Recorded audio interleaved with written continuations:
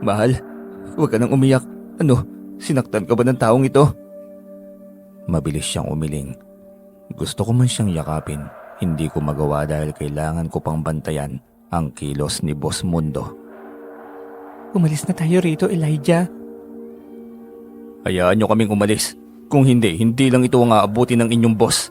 Bitiwan niyo yung mga baril niyo dyan at bumalik kayo sa loob ng inyong mga barracks. Kaya piniga niya ang mga baling boto ng balikat ng Boss Mundo. Bilisan niyo na! Umalis na kayo! Kanya-kanyang tinapon ng mga ito ang kanilang mga baril. Patakbong nag-uwian sa kanilang barracks ang mga tauhan nito. Kanya-kanyang iniwanan ng kanilang mga kargang baril. Mahal, umalis na tayo. Bilisan mo na. Oo, uuwi na tayo, mahal. Binalingan ko si Boss Mundo. Taas na itong binantaan.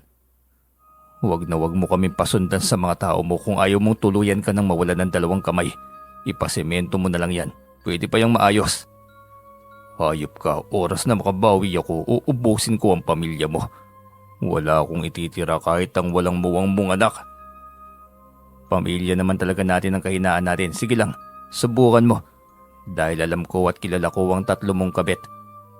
Hindi yan alam ng asawa mo pero ako, alam na alam ko. Alam ng maraming tao sa paligid na ito. Baka magulat ka na lamang magre-reunion na pala sila. Bigla siyang natigilan.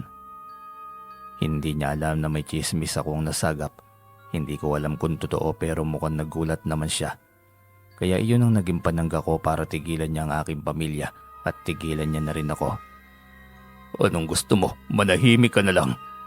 Huwag na huwag mong pang-abutin silang 4. Magkakanta leche-leche ang buhay mo kapag nagkataon. Ganyan ang gagawin ko sa iyo kung hindi mo ko titigilan. Kaya tigilan mo na ako kung ayaw mo akong kalaban sa sabong. Pwede mo akong iwasan. Kung natatakot kang matalo sa akin, maghanap ka ng kalaban na kaya mong gapiin. Matapos sabihin yon, ay hinayaan na niya kaming umalis. Pagdating sa bahay ay doon lamang umiyak ng tuluyan si Greta. Traumang inabot niya sa kamay ng mga tauhan ni Boss Mundo. Tigilan mo na kaya yung sabong na yan, mahal. Mapapahamak tayo sa bagay na yan. Oo nga't panalo ka, pero ganito naman ang sitwasyon. Pasensya na mahal, patawarin mo ko. Kasalanan ko ito. Bakit ba kasi may mga hindi matanggap ang kanilang pagkatalo? Ang laban na dapat ay sa tandang lamang lumilipat na sa tao. Maayos naman na itong buhay natin. May tricycle na tayong panghanap buhay. Yun na lamang ang hanap buhay. Wag na sabong, itigil mo na yan. Habang hindi pa tayo pinapahamak ng sugal mong yan. Pero kasi mahal, hindi pa tapos ang pangarap ko. Ang dami ko pang mga gustong matupad para sa inyo. Paglaki ng anak natin, magiging madali na sa kanyang lahat. Nabuhay naman tayo sa payak na buhay dati, diba? Hindi naman ako naghanap ng sobra. Wala akong ibang pangarap kundi ang tahimik na buhay. Kahit mahirap, basta walang gulo. Nakapag-umpisa na akong sumibol, tuloy-tuloy na sana ito, kunti na lang. Tiyak na masasabi kong hindi na tayo maghihirap pa kailanman, lalo ng mga anak natin. Ayaw mong makinig sa akin, Elijah. Yang pagpapayaman sa sabong na lamang ang mahalaga sa'yo. Hindi na ang kaligtasan naming mag-ina mo. Itutuloy mo talaga ang kahibangan mong yan sa sabong? Oo na mahal, huwag ka na magtampo. Hindi na ako magsasabong kung yan ang gusto mo. Sabi mo mangako kang hindi na ako mag-aalala pa, Elijah. Oo nga mahal, huwag ka na mag-alala pa. Sige na, magpahinga ka na dahil alam kong pagod ka na. Ikaw din pagod ka na rin, alam ko, kaya magpahinga ka na rin. Sabay na nga kaming nagpahinga dahil ayaw rin naman niyang magtrabaho pa ako pagkatapos ng nakakapagod na araw na yon. Hindi ako mapalagay. Hindi rin pwede na basta ko na lamang bitiwan ang aking pangarap. Kaya isang plano ang nabuo sa aking isipan. Yun ay ang ilihim na lamang kay Greta ang aking mga plano. Sayang ang mutya. Hawak ko ng swerte. Hayaan ko na lamang bang makatulog ito kung pwede naman itong kumilos. Binigay ito sa akin ng Panginoon. Binigyan na ako ng pagkakataon para gawing maginhawa ang buhay ng aking pamilya. Bakit hindi ko yun trabahuhin? Kinabukasan habang nagkakape kami ni Lolo Benoy ay bigla niyang naalala ang tungkol sa sabong. Huling linggo yun ng buwan at matagal na kaming hindi nakapunta ng sabungan. Lolo, hinain niyo po yung boses niyo, baka marinig kayo ni Greta. Ha? Bakit ba? Ano bang problema? Ayaw na ni Greta na pupunta ako ng sabungan. Ayaw na niya ako magsabong pa, Lolo. Kamuntik na kaming madali ng grupo ni Boss Mundo eh. Kung wala itong mutya ng ipo-ipo sa akin, tiyak akong napahamak na kami ng tuluyan. Sayang naman, hawak mo ng bagay na nagbibigay swerte sa iyo sa sabong. Ibuburo mo lang pala. Sana pala sa ibang kamay na lang napunta yan, nang sa ganun ay mapakinabangan. Anong gagawin ko po, Lolo? Ayoko namang subayin ng aking asawa. Grabing trauma na rin ang naranasan niya sa mga taong mainit ang ulo sa akin dahil sa bagay na mayroon ako. Hindi ko rin alam kung ayaw mo na talaga, di huwag. Gusto ko pa rin magsabong, Lolo. Kung isikreto na lang kaya natin kay Greta ang bagay na ito para hindi na siya magagalit o mag-aalala man. Ikaw kung ano ang gusto mo, sayang din naman kasi kung hindi mo gagamitin ang mutya na yan. Yan ang nagpapaangat at nagpapaganda ng buhay nyo. Nakasuporta naman ako sa inyo simula umpisa. Sige po, Lolo, sikreto lang natin ha. Sa totoo lang, hindi naman para sa akin ang pagpapayamang ginagawa ko Ayokong maranasan ng magiging anak namin ang buhay na mayroon ako nun. Hindi ko na nga maalala ang mukha ng aking mga magulang, tapos puro pagmamaltrato ang nararanasan ko sa kamay ng pamilya ng aking tiyahin. Kung mawala man ako sa mundong ito ng maaga, sisiguraduhin ko munang may maiiwan akong yaman sa aking mga anak. Kawawa pa yung naging karanasan mo sa kamay ng iyong tiyahin. Ngayon ba masakit pa rin ang loob mo sa kanila? Kaya ka gustong magpayaman ay dahil gusto mong ipakita sa kanila na nalamangan mo na sila. Kahit kailan hindi ko naisip yan, Lolo. Oo, nasaktan ako ng sobra nun. Grabing hinanakit ang mayroon ako. Pero nang unti-unti ko nakamtan ng kasaganaan, napagtanto ko na hindi naman bias ang Panginoon. Siguro lang, pinagdaanan ko ang bagay na yun upang ihanda ako sa 100 na tatahakin ko pa. At ito na siguro yun, Lolo. Ay, kay bait na batang ito. O sige, hindi na natin sasabihin kay Greta na kasuporta ako sa iyo lagi. Gaya niyang lagi kong pinapangako sa iyo. Salamat po, Lolo. Swerte din po ako nagkaroon ako ng lolo na kagaya mo Tumawa lamang ito sa akin. Naging kakuntsaba ko si Lolo Benoy. Dahil siya man ay ayaw na iburo ang mutya ng aking hawak. Dahil alam niya kung anong kasaganaan ang pwedeng idulot ng mutya na ito sa aking buhay. Araw-araw akong namamasada. Ngunit hindi alam ni Greta na may mga araw na nasa sabungan ako. Lihim akong bumili ng mga lupa, isang malawak na tubuhan ng aking nabili. Nagulat na lamang siya isang beses ay niyaya ko siya dahil nagpapagapas na kami ng tubo. Ilang truck din yon, malaking halaga ng pera ang kita kaya hindi niya alam kung anong magiging reaksyon niya. Mahal, kailan mo ito nabili? Bakit hindi ko ito alam? Napakalawak nito Talaga bang sa'yo ito? O baka pinaglololoko mo lang ako? Baka sa ibang tao pala ito. Atin ito, mahal. Matagal ko na itong nabili, mag-1 taon na. Pero inilihim ko sa'yo. Ngayon ko lang sinabi kasi nga sorpresa. Ikaw talaga, mahal, ang lawak nito. Parang gusto ko na tuloy sabihin na mayaman na tayo. Malaking halaga ng pera ito, tiyak ako. Pwede naman yun, mahal. Mayaman naman tayo sa pagmamahal Pero totoo, mayaman na tayong matatawag nito. Sa bagay nga naman, pero seryoso ako, Elijah. Hindi ko talaga inasahan na ganito ang magiging takbo ng ating buhay. Unti-unti na tayong umaangat. Ang laki na ng pagbabago sa ating buhay. Hindi ito magtatapos lang dito, mahal. Dahil marami pa akong pangarap na nais matupad. Ang aking pangarap ay hindi para sa sarili ko, kundi sa inyong mag-ina ko. Alam ko kaya napakaswerte ko sa iyo, mahal. Sa ganitong pagkakataon, produksyon pa lamang ng tubo natin, tiyak na malaki lagi ang maiipon nating pera. Ngumiti ako. Wala siyang ideya na bala ko na naman bumili ng truck upang hindi na ako magbabayad. Kukuha na lamang ako ng driver ng truck dahil pwede rin itong paupahan. Sabi ko naman sa iyo, mahal hindi ako titigil hanggat hindi ko na ibibigay sa iyo at sa anak natin ang mas maganda pang buhay. Napakaswerte ko talaga sa iyo, Elijah. Sana lang talaga huwag ka nang magbago. Ganyan ka sana, lagi ka responsable at kasipag. Hindi na talaga ako magbabago, mahal. Bakit ko naman babaguhin pa kung anong ugali ang mayroon ako ngayon? Ito na ako noon pa man, ngayon at magpakailanman. Marami kasing ganyang issue. Kaya paano ako magtitiwala ng lubos sa iyo? Sa umpisa lang magandang pagsasama, kalagitnaan, nag-ibang bahay na, kadalasan may gawa mga pangit pa. Greta naman tinutulad mo naman ako sa mga yun. Oo, pangit din ako pero hindi ako kagaya nila.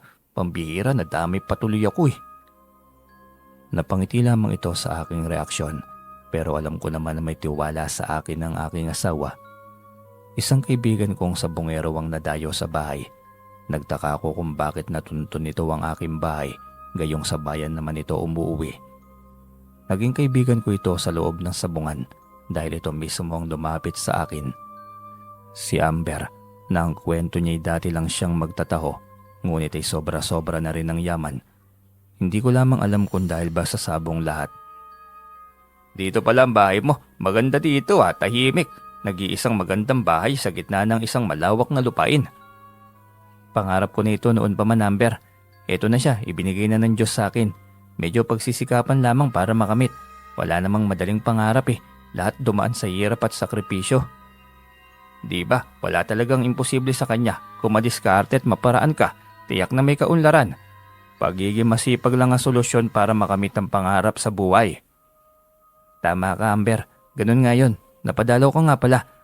Halika pala muna sa loob, magmerienda muna tayo. Nandun ang asawa ko. Kape na lang siguro, Elijah. Medyo malamig dito sa inyo Masarap magkape kapag ganitong malamig ang simoy ng hangin. Sige ba, walang problema yan. Masarap gumawa ng kape ang asawa ko, kaya tiyak na magugustuhan mo. Ito talagang kagandahan sa lugar nito, malamig. Hindi nakaka-stress kaya dito ko piniling magtayo ng bahay. Ang galing mong mamili Tumawa lamang ako sa papuri niya sa aking lugar. Agad kong tinawag si Greta at nakiusap na igawa kami ng kape ng aking kaibigan. Agad ding tumalima ang aking asawa patungong kusina. Nako, napakaswerte mo naman. Oo nga pala. Kaya ako narito dahil kaarawan ko bukas. Imbitado kayo ng asawa mo na dumalo sa kaarawan ko. Lahat kasi ng mga kaibigan ko, pinuntahan ko sa mismong bahay nila personal para naman hindi ako tanggihan.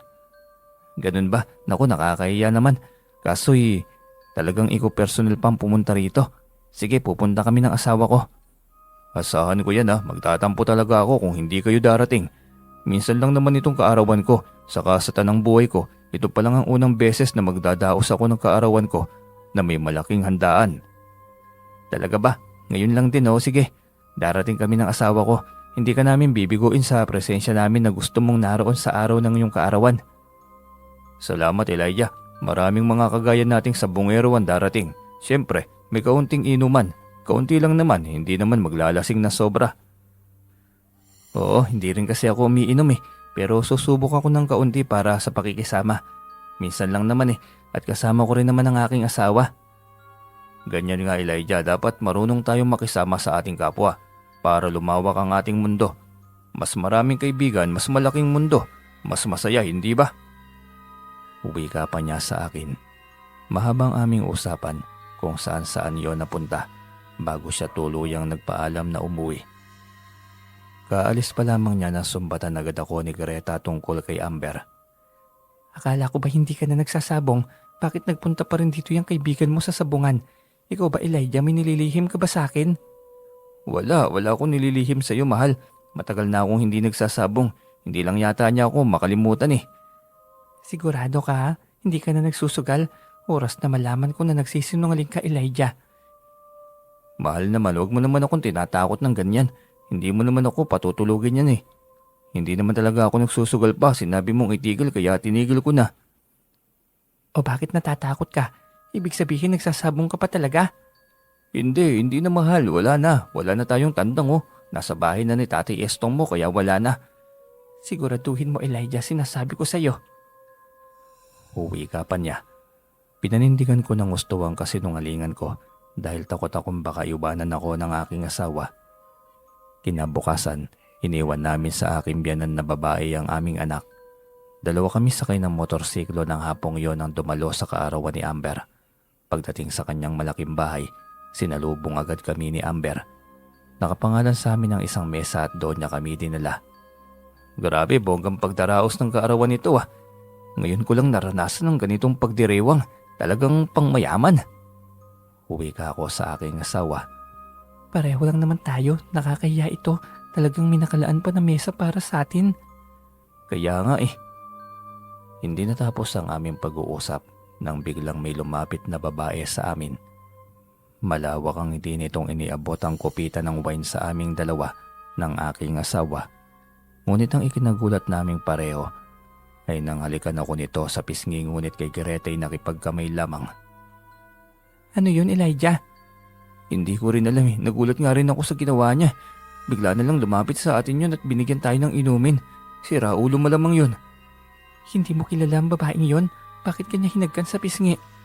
Hindi, dito ko lang yun nakita eh. Bakit kaya niya ako hinalikan? Loko-loko siguro talaga yung babaeng yun, mahal. Nagtataka ka ba? Mukhang gustong-gusto mo naman na nahalikan ka. Hinahanap mo pa nga siya oh. Hindi, mahal, talaga nagulat lang ako. Saka bakit ko naman siya hanapin? Hindi mangyayari yun. Mukha mo Elijah, ayusin mo. Malaman-laman ko lang nakabit mo yon. Humanda ka sa akin. Magiging kalbaryo ang buhay mo.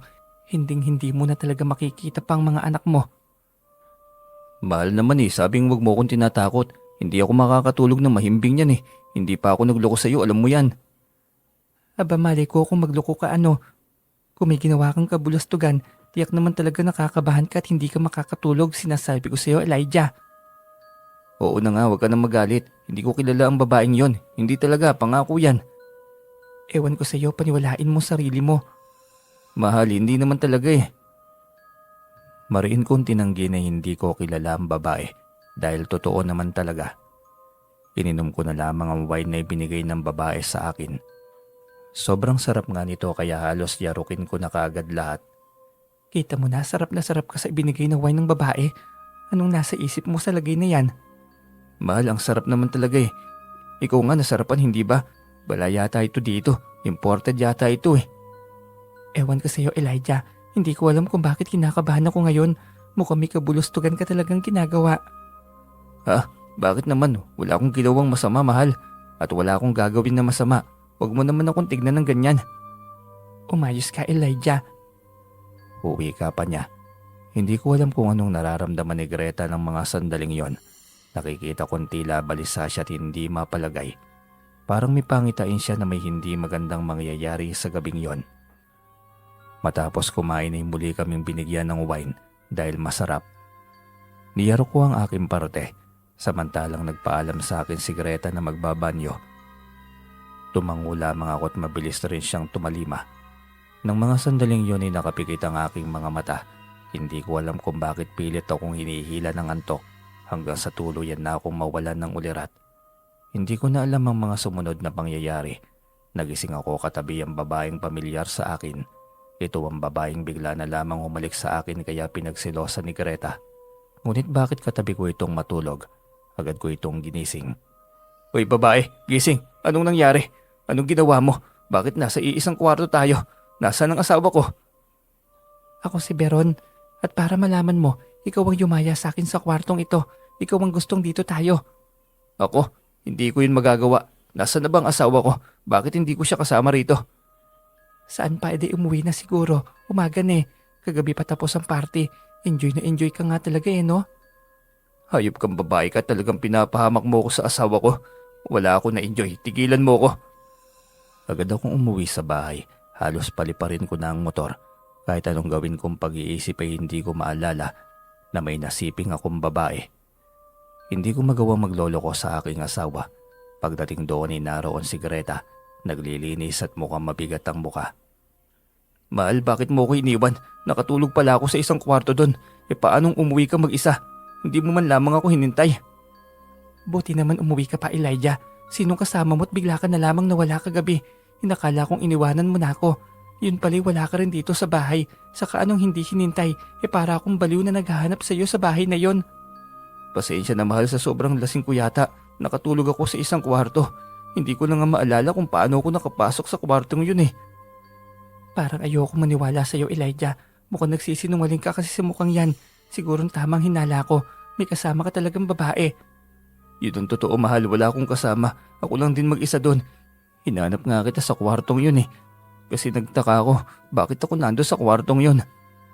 Ayoko makipagsagutan sa iyo, kumain ka na doon. Sana lang naman wala akong madiskubre pagdating ng araw Elijah. Tanging wika niya. Hindi ako makatugon. Hindi ko alam kung ano ang magiging reaksyon ko. Bakit biglang naging ganito ang direksyon ng aking buhay? Pakiramdam ko'y hindi na ako makatingin ng tuwid sa aking asawa.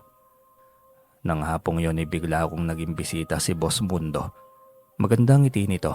Hindi ko alam kung anong kailangan, ngunit mukhang maamo naman ang mukha niya. Mabuti na lamang at wala si Greta at nasa palengke ng mga oras na yon. Hulaan mo kung bakit ako nandito, aking pinakamalapit na kaibigan. Nagkunwari kang walang tinatagong lihim, meron din naman pala. Sa mukha mong yan ano, hindi ka ba natatakot sa asawa mo na mabisto ang ginawa mo? Anong lihim bang sinasabi mo? Wala akong nililihim sa aking asawa. Tapat ako sa kanya. At kahit kailan hindi ko siya magagawang lokohin. Hindi ako kagaya mo. Hindi ka talaga kagaya ko ah. Wala kang nilihim sa asawa mo, sigurado ka.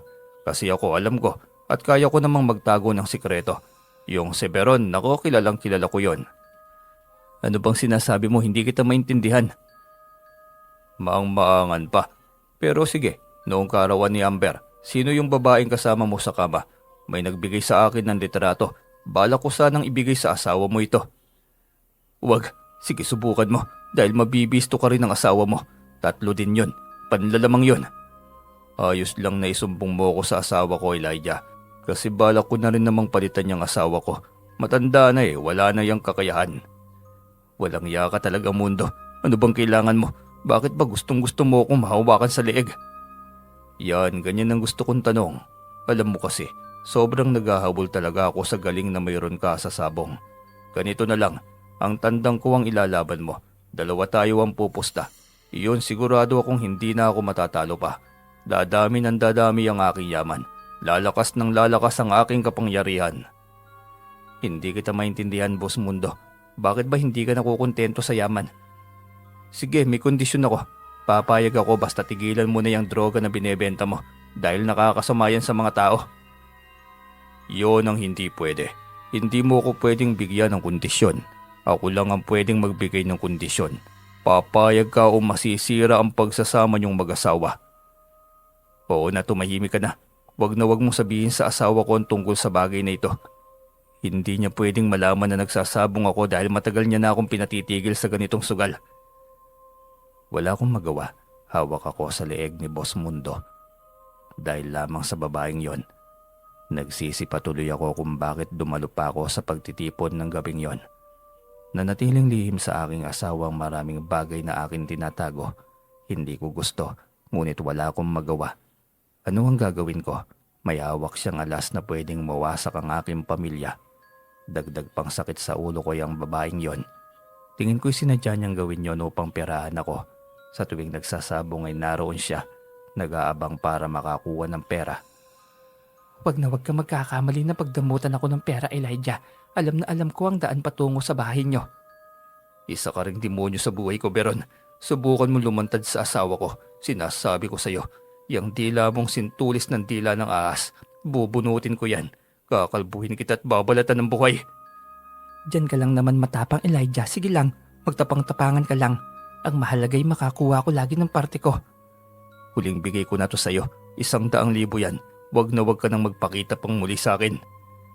Maliit na halaga lang ito. Madaling maubos. Kaya hindi pwede. Hanggat may sabong may parte pa rin ako. Ang tigas ng buka mo, Beron. Saan ka naman kumuha ng kakapalan ng buka? Sobrang kapal naman. Hindi mo ako matitinag sa ganyang bagay, Elijah. Larga na. Buti nga hindi ako nabuntis. Kung nagkataon, malaking iskandalo sa pamilya mo yon.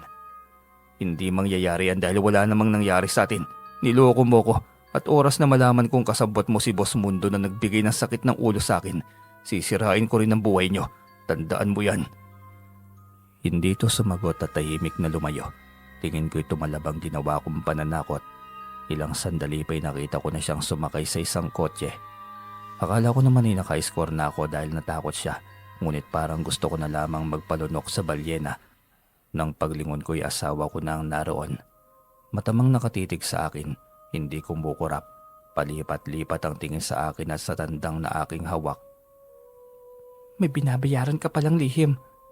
Ang laking halaga nun, Elijah. At talagang pinanindigan mo ang kasinungalingan mo na hindi ka na nagsasabong.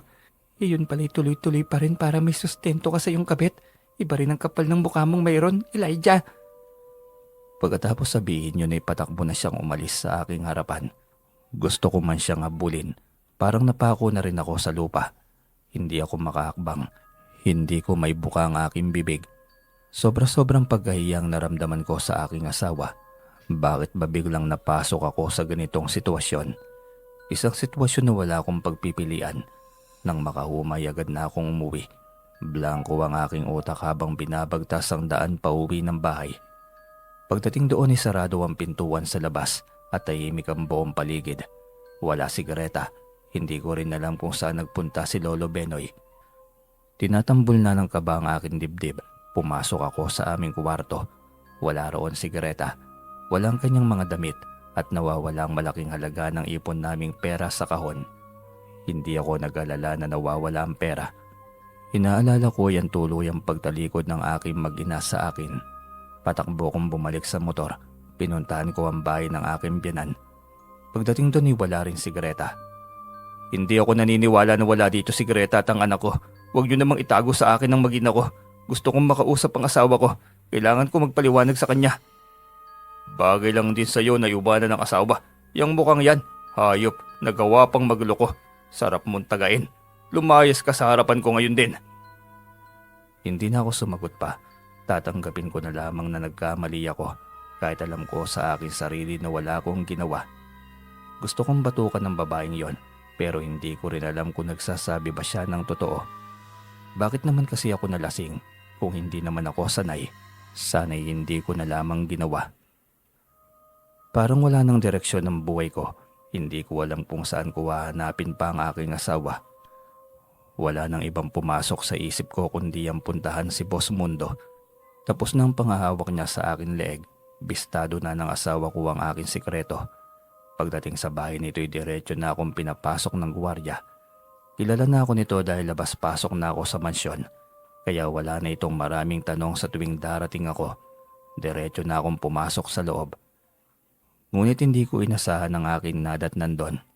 Si Veron ay isa rin sa mga kabit ni Boss Mundo. Huling-huli ko silang naghahalikan. Nagkubli ako para pakinggan ang kanilang magiging usapan.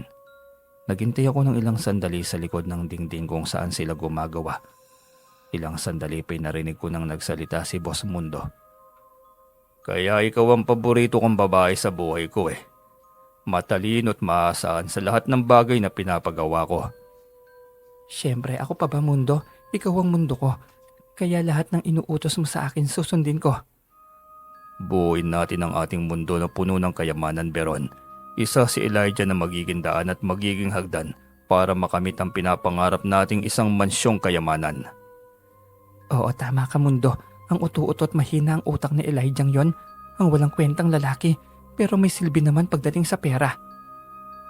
Ano kayang gagawin ni Elijah na oras na malaman niyang tayo ang nasa likod ng pagpapaikot sa kanya? Doon na ako mabilis na lumabas at nilapitan sila. Galit na galit at parang gusto ko na silang lamunin ng buhay. Kung naging asubang lang ako, tiyak na hindi ko sila hayaan pang magpagala-gala sa mundo. Ginawa ko na silang pagkain para hindi na maging perwisyo. Ano pa nga bang gagawin ko? E di paglubirin at ilampitin sa ere na magkadikit kayong mga hayop kayo. Kayong dalawa naman loloko kayo. Sinira niyo ang buhay naming mag-asawa. Mapapas lang ko kayo. Walang kahirap-hirap ko silang hinawakan ng sabay at pinalubid ang kanilang mga kamay at paa at nilambitin pati warik gamit ang kumot. Ngunit naabutan ako ng kanyang mga tauhan. Pinagbabaril ako ng mga ito kaya mabilis kong nabitiwan ang dalawa at tumakas na bago pa ako tuluyang mapahamak. Magtutuos tayong muli, Elijah. Hindi mo ko pwedeng takasan. Hindi ako natatakot sa iyo, mundo. Lalong hindi pa ako tapos sa inyo. Hihintayin ko ang araw na yan na sinasabi mong pagtutuos. Susukatin ko pa rin kung hanggang saan ka. Bago tumalon sa napakataas na pader na siyang ikinagulat ko rin. Hindi ko alam kung paano ko natalon yon gayong kataas nito. Tila ba nakapatong ako sa buhangin ng mga sandaling yon. Pagkatapos kong makalabas ng pader ay muli na naman akong pinaulanan ng bala. Mabilis kong nailagan ng mga yon at maging ako sa aking sarili ay nagulat. Narating ko ang bahay na hindi napapagod sa pagtakbo at hindi yun umabot ng 1 oras. Para akong ipo-ipo na mabilis na kumikilos at walang kapaguran. Binuksan ko ang bahay at sinilip ang loob. Talagang wala sigareta. Tuluyan na akong iniwan ng aking asawa. Gusto kong magwala. Gusto kong tapusin na lamang ito. Ngunit paano ko mapapatunayan sa aking asawa ang paniniwala niya'y mali kung wala na ako? Paano ko papatunayang inosente ako? Hindi ako tumigil sa paghahanap. Kahit sa anong paraan, mahanap ko lamang siya. Ngunit mas matinik itong si Boss Mundo. Nagulat ako nang padalhan niya ako ng isang sulat. Hawak niyang aking magina. Sinabi niya sa sulat ang lugar at kondisyon kung paano mabawi ang mga ito. Tumawa na lamang ako sabay iling. Lahat na lang ng kondisyon para sa ikabubuti ng sarili nito. Kahit panglalamang sa kapwa ay wala itong pakialam. Ang mahalaga dito ay magawa nito ang nais nitong tagumpay para sa sarili. Mabilis akong pumunta sa lugar. Dala ang nais nitong makuha sa akin. Wala na akong pakialam pa. Ang mahalaga sa akin ay ang aking sariling pamilya. Mabilis kong narating ang lugar. Masukal, madilim, tahimik. Gayunpaman ay kailangan kong mag-ingat. Hindi ko alam kung ano ang kanilang inihanda sa aking bitag. Yun ang nasa isip ko. Ngunit wala pang segundo nang maisip ko yon ay bigla na lang akong lumambitin sa ere. Binalot ng lambat na hindi ko man lamang namataan. Ilang sandali pa'y narinig ko na ng tuluyan ang boses ni Boss Mundo. Papalapit ito sa aking kinaroroonan. Inilawan ako nito gamit ang flashlight at tumalakak ng mapagtanto na ako ang nakalambitin sa ere. Akala ko matinik, lambat lang naman pala ang katapat mo. Nagmamayabang ka pang hayop ka. Pakawalan mo ko dito, Mundo. Oras na makakuha ko ng pagkakataon, tinitiyak kung kahit isa sa mga tauhan mo, walang matitira. Matapang talaga. Relax lang pare, mangyayari naman yan. Pakakawalan din namin siya. Siguraduhin mo munang nasa kami mo ang hiling kong kapalit ng mag-ina mo. Yung bagay na nagbibigay sa iyo ng kapangyarihan. Hindi ko alam ang bagay na yan. Wala akong alam dyan. Pakawalan mo na lang ang mag-ina ko. Dahil mali ka ng hinanapan. Huwag kang magsinungaling, Elijah. Alam ko ang tungkol sa mutya. Ang sabi sa akin ng matandang babaylan. Kaya hindi ka matodas-todas at kaya ka ganyan kalakas ay dahil tangan mo ang mutya. Isang malakas na mutya. Sinong matanda yan? Nagsisinungaling yan. Wala akong ganyan. Ayaw mong umamin. Sige, sabay na lamang kayong magpahinga ng iyong asawa at anak. Hindi ko rin naman pala kayo mapapakinabangan. Bakit ko pa kayo bubuhayin? Ipalilibing ko na lamang kayo. Huwag, hindi kasali dito ang mag-ina ko. Ako na lang. Huwag lang ang mag-ina ko. E di ibigay mo sa akin ang mutya. At nang sa ganun ay pwede mo nang dalhin ang iyong mag-ina. Kung papaslangin kasi kita, damay na pati sila. Bakit ko pa sila bubuhayin? Gagawin ko pa bang saksi sa krimeng gagawin ko? Hayop ka talaga, Boss Mundo. Oo na, nandito na. Ibibigay ko ito sa iyo. Basta pakawalan mo ang aking mag-ina. Ipadala mo sila dito ngayon din. Kunin niyo sa loob ang kanyang mag-ina. Yan naman pala eh. Maganda ka naman palang kausap, Elijah. Ganyan ang gusto kong katransaksyon. Yung nagkakaintindihan agad kami. May araw ka rin, Boss Mundo. May katapusan din yung kasamaan mo. Tinitiyak kong sa aking mga kamay ka babagsak. Mukha ka bang nakakatakot? Kahit kilay ko ayaw matakot sa iyo eh. Bilisan nyo na. Dalhin nyo dito ang mag-ina niya. At tagal nyo naman. Utos niya sa kanyang mga tauhan. Ilang sandali pa'y narinig ko ang iyak ng aking anak. Maging ang galit na boses ni Beron. Patahimikin mo yung anak mo. Nakakarindi ang ingay kanina pa yan. Padedehin mo na kasi. Gutom na yan malamang. Hayaan mo na, Beron. Mas mainit pa yung ulo mo sa akin. Hayaan mo na nga dyan ang mag-ina ni Elijah. Siya nang bahala sa kanyang mag-ina. Ibibigay na niya sa akin ang bagay na kapalit sa mga yan. Nakakarinti ang ingay, Mundo. Ibaba nyo na yung pangit na lalaking yan nang makaalis ng mga ito sa ating harapan. Leche! Narinig niyo si Beron, hindi ba? Ibaba nyo na. Ano pa pang hinihintay nyo? Bilang! Pagkautos nito'y agad na hinila ng mga tauhan nito ang lubid. Pagkatapos ay lumapit na ito sa akin. Palabasin nyo na ang mga yan. Nang maibigay na niya ang hiling kong mutya, bantayan niyong maigi. Wag na wag akong maisahan ng lokong yan. Matapos akong makalabas, ay malawak ang palad nitong nakabukas sa aking harapan. Akin na ang bagay na yon. Nang sa ganun ay makaalis ka na kasama ang asawa mo. Wag mo akong lokohin dahil bubutasan ko ng 45 ang ulo ng asawa at anak mo. Agad kong dinukot sa aking bulsa at ibinigay ang bagay na yon sa kanya. Ito pala yon, parang munting perlas na umiilaw.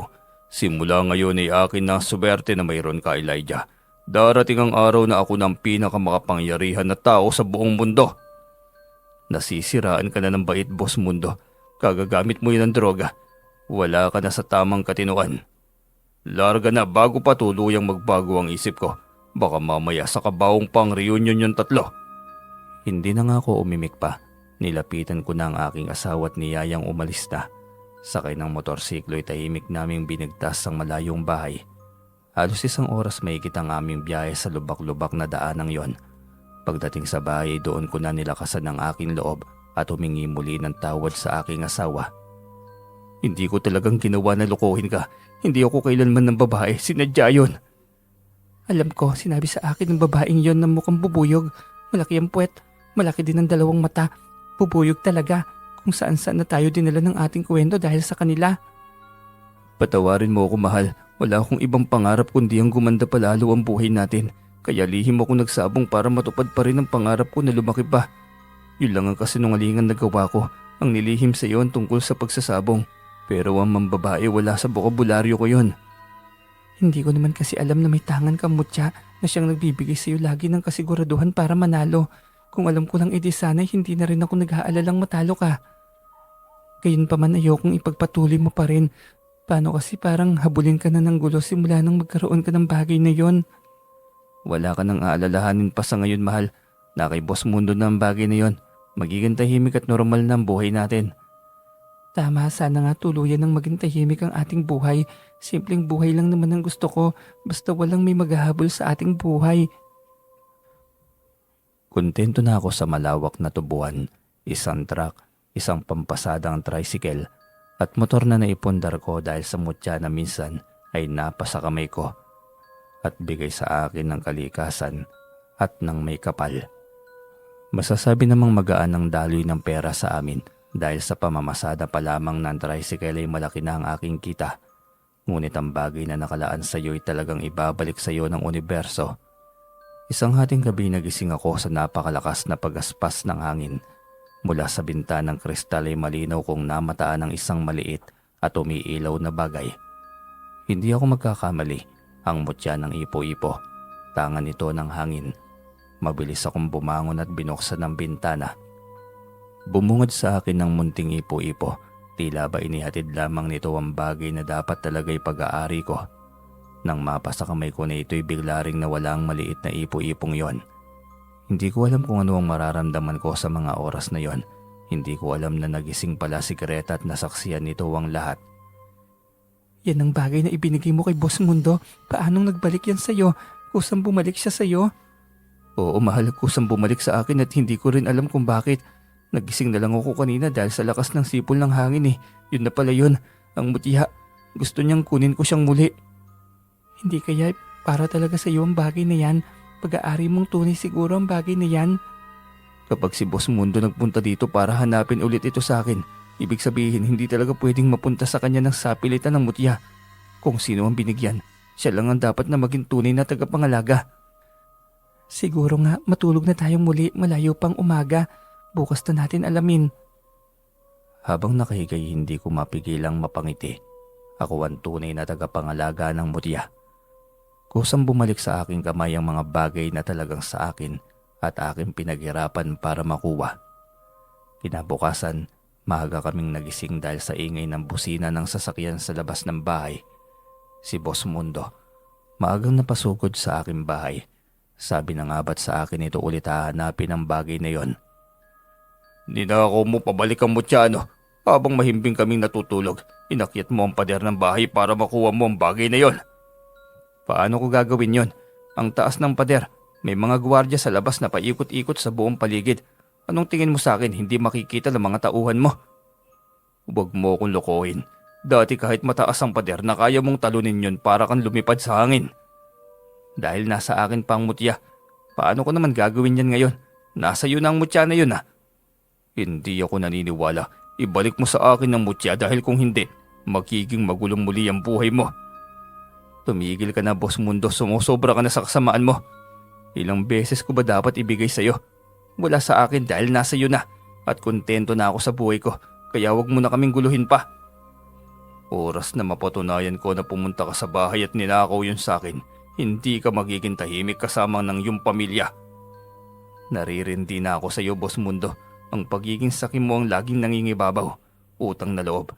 Tigilan mo na kami ng pamilya ko. Maayos na ang aming buhay.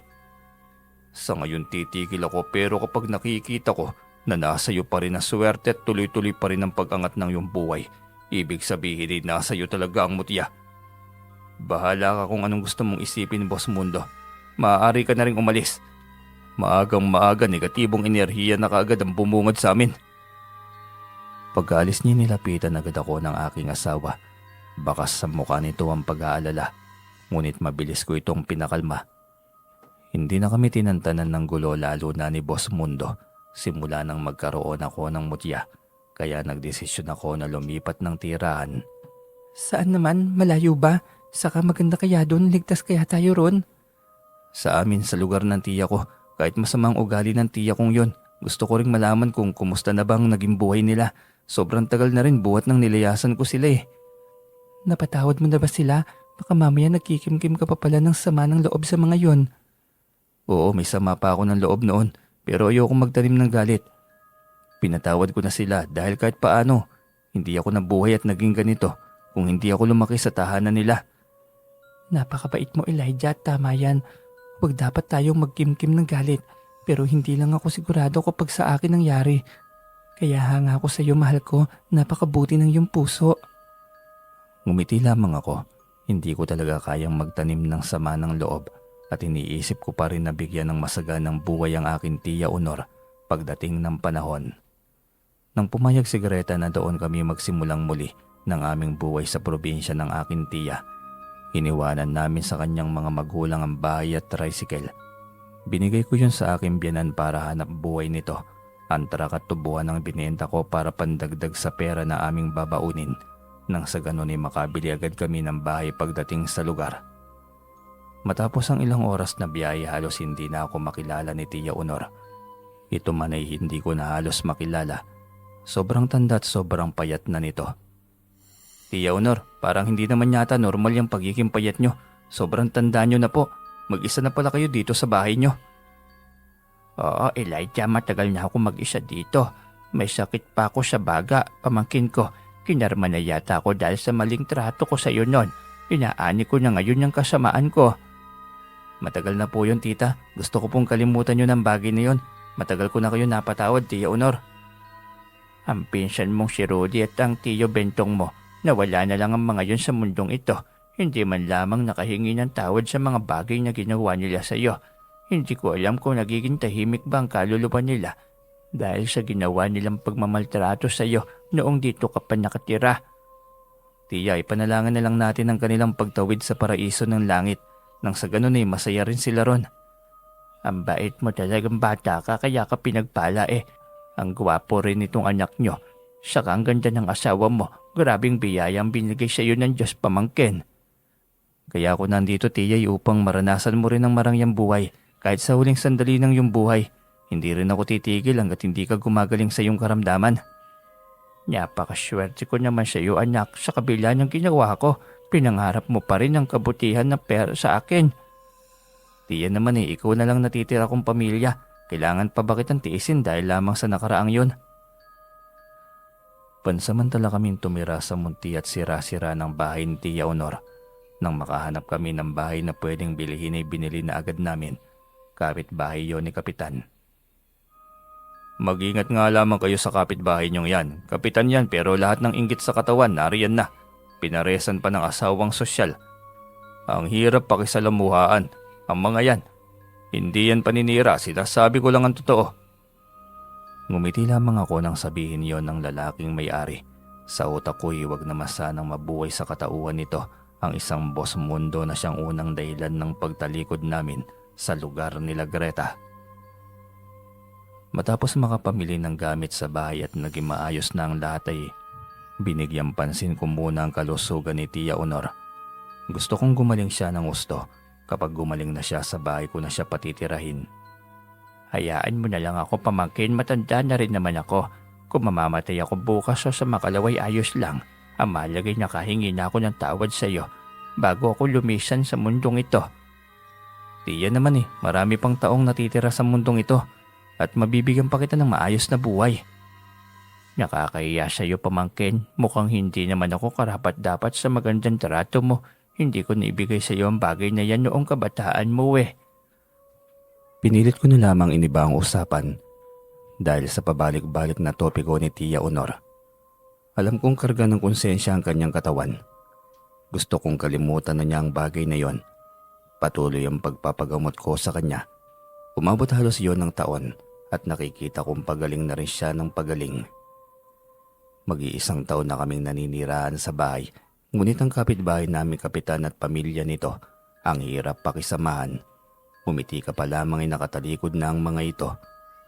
Hindi ko alam kung paano ito nagkaroon ng maraming boto sa mga tao noong panahon ng halalan, kung ganito naman pala ang ugali nito maging ng pamilya nito. Kapistahan ng baryo, kapag may piyesta, may sabong. Naisip kong pumunta sa sabungan. Nagpaalam ako sa aking asawa ng maayos. Sabong na naman, hindi ka pa ba nadala? Baka dito bagong kaaway na naman, damay na naman kaming mag-ina mo. Ano ba naman yan, Elijah? Malaki na ang trauma ko dahil sa sabong na yan. Hindi naman ako matatalo sakali, hindi ba? May 1 linggo pa, maghahanap ako ng tandang. Bala ko maghanap ng pwedeng maging negosyo natin dito Anong negosyo naman kaya? Kahit ano, malawak ang lupain dito at mura pa kagaya ng mga kalupaan sa inyong lugar. Kaya bala ko magkaroon ng palayan at malawak na lupa para sa kambingan at mga native na manok. Kahit anong pangarap mo, kumpara naman sa kabutihan at dumaan sa legal na paraan, suportado kita. Nandito lang naman ako para alalayan ka. Kaya nga swerte ako sa mga plano ko sa buhay dahil nakasuporta sa akin ng aking asawa. Dahil nagsusumikap kang gumanda ang ating buhay, saka hindi naman ito para sa atin, para sa mga anak natin ito pagdating ng araw. Hindi tayo sigurado kung ilang anak ang ibibigay sa atin ng Panginoon at sana kahit gaano man karami, maibigay pa rin natin ang marangyang buhay para sa kanila. Yun lagi ang iniisip ko, mahal, kaya lagi akong humihingi ng gabay ng nasa taas. Hindi natin mabubuo ang ating mga pangarap kung wala siya Uwi ka ako pa. Kahit sinong padre de pamilya, lahat ay gagawin para guminhawa ang buhay ng buong pamilya. Nagsimula akong maghanap ng tandang. 2 tandang lamang ang aking kailangan. Yun lamang ang salitan kong ilalaban pagdating ng piyesta. Mabilis akong nakahanap kaya ininsayo ko na agad yon. Pagdating sa unang araw ng sabong, handang-handa na lahat. Pagdating sa sabungan ay nagulat ako dahil naroon din ang kapitan. Ngunit tauhan niya ang may hawak. Nakatayo lamang ito sa gilid ng kanyang tauhan at nakita kong bumulong ito sa tauhan nito. Ilang sandali pa'y lumapit na sa akin ang kanyang tauhan. Lalaban daw ba ang tandang mo sa tandang nitong si kapitan? Oo naman, bakit hindi? Larong tandang lang naman ito, may kaunting pustahan. Mabuti kung ganun, sasabihin ko kay kapitan nakakasaka. Agad itong bumalik sa amo nito. Ilang sandali pa'y naihani na ang aming mga tandang para maglaban. 5,000 ang inubos ko ng ipusta. Kampante akong panalo pa rin ang aking alaga dahil hawak ko pa rin naman ang mutya na minsan ko nang ipinaubaya sa isang masamang kamay. Kusa itong bumalik sa aking pangangalaga kaya alam kong patuloy pa rin ang aking suwerte. Ilang sandali pa'y tinawag na ang aming pangalan para pumasok sa ruweda. Tauhan pa rin ni kapitan ang may hawak ng tandang. Pagkahudyat ng sentensyador ay halos sabay kaming binitiwan ng mga tandang. Hiyawan agad ang mga sabungerong nakapaligid. Tila iyon ang naging dahilan upang maging aktibo at maging mabangis sa mga tandang na naglalaban sa aming harapan. Napakaingay ng paligid. Hindi maintindihan ng bawat hiyaw. Gayunpaman kitang-kita ko sa mukha ng mga sabungero ang kaligayahan, kasiyahan sa kapistahan ng patron, ang patron na pinaniniwalaan ng mga ito na nagbibigay ng kasaganahan sa kanilang buhay at sa kanilang mga ani. Kalmado lamang ako nakatingin sa kilos ng aking alaga.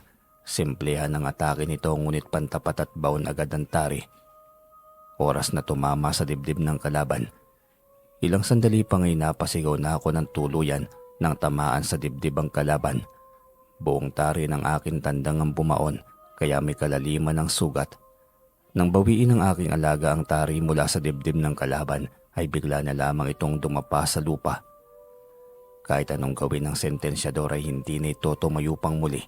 Kaya sa huli ay dineklara ng talo ang tandang ng kalaban. Tahimik lang ako nakamasid sa dismayadong mukha ni Kapitan. Tahimik kong hiling na sana hindi ako nito paginitan. Muli ko nilaban ang aking alaga. May ibang tandang na naman ang kumasa kaya naghintay ako muli para sa isa pang laban. Muli na namang panalo at dahil mainit ang mga mata ni Kapitan habang nakatingin sa akin ay nagdesisyon na lamang akong umuwi na. Ayos ng 2 laban, panalo ako ng 10,000. Hindi na masama. Pang-ulam na yon at pangbigas. Habang hindi pa nag-uumpisa ang aking proyektong kambingan at babuyan. Panalo ano? Yang mukhang yan gamay ko na yan. Bungad sa akin ni Greta. Hulaan mo kung kaninong tandangan nilabanan ko at natalo. Kanino ba? Maghuhulaan pa tayo, pambihira ka naman Elijah. Kay Kapitan, gusto niyang kumasa ako sa tandang niya. Kaya ayun, nadali ko ang tandang niya. Ito, masarap na adobo at tinolang labas nito. Hindi naman siguro asubang si Kapitan ano. Hindi nga aswang pero nako Elijah, baka mamaya magiging mainit na naman tayo sa mga mata ni Kapitan. Nagtataka talaga ako, hindi ko alam kung bakit lagi tayong pinag-iinitan ng taong naging katunggali lang naman natin minsan sa sabong. Baka sumpa na yan, baka kadikit na ng mutya na hawak mo. Hindi ko alam, baka siguro, pero protektado naman tayo ng mutya. Ilang beses ko nang napatunayan yun eh. Nakakasawa na rin umilag sa gulo Elijah, ilang ulit na akong natrauma sa mga gawaing masama. Naawa na rin ako sa aking asawa, ngunit hindi ko rin maintindihan kung bakit ako pinag-iinitan ng mga mayayaman na nakakalaban ko sa sabong. Mas mabuti pang talunin ng mga mahihirap, nakakaintindi. Yung mga mayayaman ay ibang kinakasangganti. Kinabukasan ay maaga pa lamang ay naroon na sa bahay ang ilang tauhan ng barangay ni Kapitan. Pinatatanong kung ano ang aming pangunahing hanap buhay at bakit na kaya naming bumili ng ganoong kalaki na bahay. Tiyak akong pinag-iinitan na naman ako ni Kapitan. May nakapagsabi kasi na may bagong tulak daw ng droga dito sa lugar, kaya kami napasugod dito ay para magtanong lamang ng ilang bagay. Kami na agad ang nasa isip nyo dahil baguhan kami dito. Ganyan kayo humarap sa mga bagong lipat sa inyong lugar. Kung naging tulak man kami ng droga di sana may nakapagturo na sa amin ang pinagbentahan namin. Kabago lang namin dito, wala pa kaming kakilala. Sino kayang magiging prospect naming adik kung nagkataon? Bakit ganyan kayo agad sumagot ma'am? Nagtatanong lang naman kami. Hindi rin nakakatuwa ang mga tanong nyo. Inisip nyo rin sana yon. Tumahimik ka na mahal, hayaan mo na lang sila, wag mo nang patulan. Kung mananahimik lang tayo, tiyak na patuloy lang tayong sisitahin ng mga yan. Tao rin tayo, irerespeto din naman nila tayo bilang tao. Magalang kong pinaalis sa mga tauhan ni Kapitan. Umalis sa mga ito kaya nawala na rin ang tensyon na aking naramdaman. Hanggat maaari ay ayoko ng gulo. Kaya ayokong umalis sa aming lugar ay upang magkaroon ng tahimik na buhay. Mukhang napag-initan ka na nga ni Kapitan dahil natalo mo ang tandang niya. Sabi na hindi ko talaga maintindihan kung bakit. Sadya bang lapitin tayo ng gulo? Huwag mo nang isipin pa ang bagay na yan, nagkataon lang yan. Ipit balikat ito at tahimik na napapaisip. Nang araw na yon ay hindi ako nagpatinag. Pumunta pa rin ako ng sabungan, bit-bit ang isa ko pang tandang. Hindi ko alam na isang retiradong opisyal ng mga pulis pala ang aking naging kalaban. Ngiting-ngiti ito habang papasok ng ruweda. Baguhan ka ba sa sabong, Totoy? Mukhang napakabata mo pa. Ilang taon ka lang? 23 lang po ako, boss. Malapit na pong maging 24. Hindi na po ako bata dahil may karanasan na rin po ako sa sabong. Batang-bata ka pa rin, may karanasan ka man sa larong sabong. Baka iiyak ka pa kapag natalo kita. Ngumiti lamang ako sa kanyang sinabi. Umalakhak naman ito sa akin naging reaksyon. Nang sumenyas na ang sentensyador ay nauna na niyang inilapag ang kanyang tandang. Parang takot kang ilapag ang yon tandang ah. Hindi po, nahuli lang ng kaunti. Muli na naman itong humalakhak. Hiyawan ng mga sabongero sa paligid. Pasimple lamang akong nakatingin sa mga naglalaban na tandang. Hindi pa rin nawawala ang mga paghalakhak niya. Siguro'y ganoon talaga ang matanda. Ilang sandali pa'y narinig ko siyang napaubo. Mukhang naramdaman na niya ang pagkikindihado ng kanyang alaga. Kaunting palitan pa ng pwesto at pak. Baon ng tari ng aking tandang sa alaga nito. Pagkabunot ay sinikundahan pa, kaya hindi na nakabangon ang tandang ng kalaban. Lamukot ang mukha ng kalaban, Hindi yata nito inasahan ng pagiging talo. Hindi ka panipaniwala, ganadores ang tandang ko eh. Dinig ko pang wika niya. Hindi ka panipaniwala. Ang magaling na tandang na nareteradong si Sargento Ponsing. Natalo ng isang batang sabongero. Dinig ko ring wika ng isang sabongero. Mukha ba akong bata? Tanong ko pa sa isip ko. Gayon pa man ay hindi ko inaasahan na isang dating sarhento pala ang aking nakalaban. Lumapit siya sa akin at nagtanong. Iyang tandang mo ba ilalaban mong muli? Mukhang naghahanap ka pa ng makakalaban eh. Ayo po, kung may makakasapa, bakit hindi naman? Kung gayon ilaban mo ulit sa isa ko pang tandang, may bitbit pa akong isa, naroon sa anak ko. Sige po, ikaw pong bahala. Wala pong problema itong alaga ko. Kahit sino kaya niyang labanan. Lakas ng loob ah, maganda din yan. Muli na naman kaming naihanay sa laban. Ang buong akala ko'y maayos siyang kalaban. Hindi pikunin ngunit nang matalo ito sa ikalawang pagkakataon, ang pangit nang naging titig nito sa akin. Ikaw ay may lihim na daya. Imposible na matalo mo ang aking alagang tandang ng magkasunod. Bata ka pa, madaya ka na. Nakita mo naman po ang naging laban, boss. Pwede mong i-check ang aking alaga. Ito po. Kinuha niya ang aking tandang at sinek lahat ng parte ng katawan. Nang wala itong makitang kakaiba, ay nakasimangot nitong ibinalik sa akin ang aking alaga. Tapos niyo na po bang i-check, boss? Ano po, may nakita kayong daya? Kasi sa pagkakaalam ko'y lumaban po ako ng patas dito. Hindi pa rin ako makapaniwala. Anong uri ka ng tao? Tao ka ba talaga o aswang? Baka anak ka ng engkanto. Mukha po ba akong aswang o engkanto? Pambihira naman yan. Nagulat ako't natawa sa naging tanong nito. Bakit bigla nitong naisip na isa akong aswang o anak ng elemento? Hindi ko na lamang ito binigyang pansin. Alam kong hindi nito matanggap ang kanyang pagkatalo. Pagkalabas nito sa Roweda, ay salubong ito ng dalawang binatang anak nito. Tansya ko'y kaidaran ko ang isa. Tumalikod na rin ako dahil bala ko nang umuwi. Kasalubong ko ang ibang mga kababata ngunit mukhang hindi na nila ako kilala. Kaya ako na ang unang tumawag sa kanila. Hindi na nga nila ako nakilala. Masyado dahil sobrang payat ko noon. Kaunting kwentuhan lamang ay nagpaalam na rin ako kaagad. Ayokong gabihin dahil tiyak na mag-aalala sa akin ang aking asawa.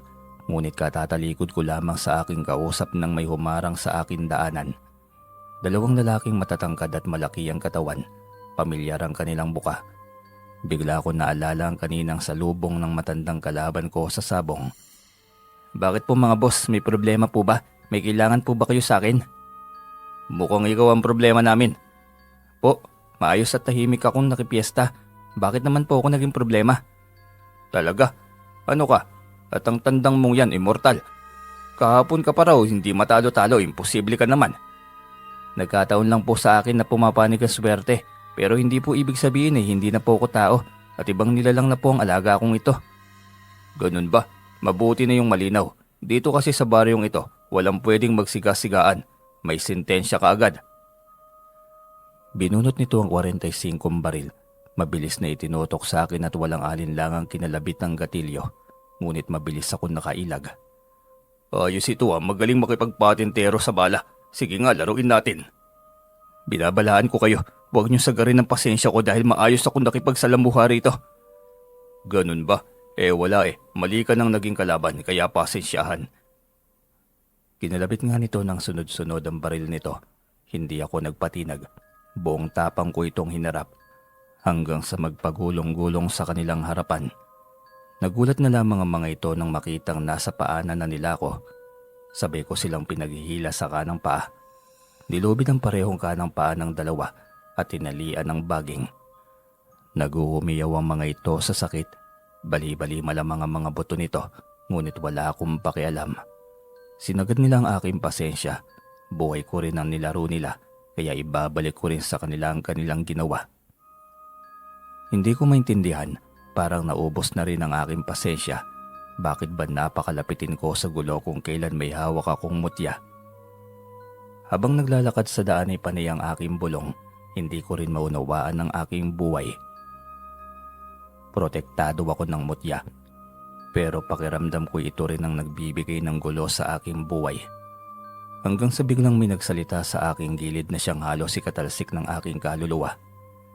Nagulat naman ako sa iyo, Lolo. Bigla-bigla ka na lang nagsasalita dyan. San ka ba galing? Ang astig ng damit mo, sobrang puti, ang linis. Ikaw lang ba naglaban yan, Lolo? Pambihira, yung damit ko agad yan nakita. Alam mo naman lagi akong kasama mo, hindi mo lang nakikita. Pero tiyak naman ako nararamdaman mo rin ako minsan. Hindi po eh. Talaga, yung minsang may hangin na bigla na lang tila tumatabi sa'yo, hindi mo napapansin yon. Ikaw na po ba yun? Akala ko'y dahil na rin sa mutya na hawak ko. Ako yon, ako ang bumubulong sa'yo para sa kabutihan. Ako ang iyong Anghel de la Guardia. Ikaw din ang pumuprotekta sa akin sa mga kinakaharap kong mga laban. Kasabay niyang bisya ng mutya na yung hawak. Nakaharap ka ngayon sa matinding gulo. Mga mapanuyang mata sa paligid mo ay magsasama-sama kaya mag-iingat ka. Hindi sila titigil hanggat hindi ka nila mapapabagsak. Hayaan niyo po akong pababagsakin ng mga masasama. Kaya narito ako. Kasi ang laban mo'y magiging laban ko. Dahil ako ang iyong Anghel de la Guardia at mataas pang iyong kandila. Matagal na matagal pa bago yun maupos. Talaga po ba? Oo, kaya huwag kang matakot. Ako si Argadon, ang anghel na sumisimbolo ng hangin. Matapos magpakita ng anghel sa akin, ay nagpaalam na rin ito. Kailangan pa nitong umuwi at magpahinga. Tahimik ulit na binagtas ang bahay. Pagdating sa loob ay naroon ang aking asawa, naghihintay sa akin. Ano yan, bakit parang pagod na pagod ka? Wala ito mahal, pero alam mo, nakausap ko ang aking Anghel de la Guardia. Talaga, ang galing naman. Isang katanungan lang ang nasa aking isipan eh. Ano yun, mahal? Sabi niya malaking laban ang aking kaharapin, pero katulong siya. Si Kapitan pa rin kaya. At alam ko na ang kaninang matandang retiradong sarhento. Magsasama yata. Bagong kagalit na naman. Ayaw tumanggap ng pagkatalo eh. Ayun, harapan nang nagpakita ng inggit. Mukhang hindi talaga maganda ang buhay natin sa sabong na yan. Tigilan mo na kasi yan, Elijah. Hindi sa sabong ang problema, Greta. Nasa tao. Kahit sa anong larangan kung may taglay na inggit at hindi pagtanggap ng pagiging talo. Lagi talagang magkakaroon ng gulo. Hayaan mo, laylo muna ako sa sabong. Magtatayo na lang ako ng negosyo at mga bagay na pwede kong pagkaabalahan. Mabuti pa nga yan. Hindi na ako mag-aalala pa. Tinupad ko ang aking pangako sa aking asawa para maging tahimik na rin ang kanyang isipan at hindi na ako pumunta sa piyesta. Hindi na ako nakisabong. Naghanap ako ng malawak na lupain para paglagyan ng mga alagang kambing, baboy at manok. Mabilis ako nakahanap kaya hindi na ako nagsayang pa ng oras. Pagkatapos kong binayaran ay pinagtayuan ko na agad ng kubo para sa mga kambing. Para sa mga baboy at sa mga manok, 3 tauhan na ang aking kinuha para magtulong-tulong sa paggawa. Akala ko'y bagong simula ng buhay namin, ngunit tila lumaki pa yata ang banta nang makita ko sa lugar si Boss Mundo. Kasama nito ang 2 anak ng retiradong sarhento, masayang nagiinuman kasama ang Kapitan Del Barrio sa mismong bahay nito. Ano ito? Pinaglalaroan ba ako ng tadhana? Nang buksan ko ang gate ng bahay para pumasok, ay tumahimik ang mga ito sa pag-uusap. Pagkatingin ko sa kanila ay sa akin nakatingin ang mga mata nila. Ito na kaya ang sinasabi at babala ng aking Anghel de la Guardia. Bali hanggang dito nga po muna part 3 nitong kwentong ito at last episode na lamang po tayo. Hintayin po natin sa mga susunod na upload. Maraming salamat po sa inyo.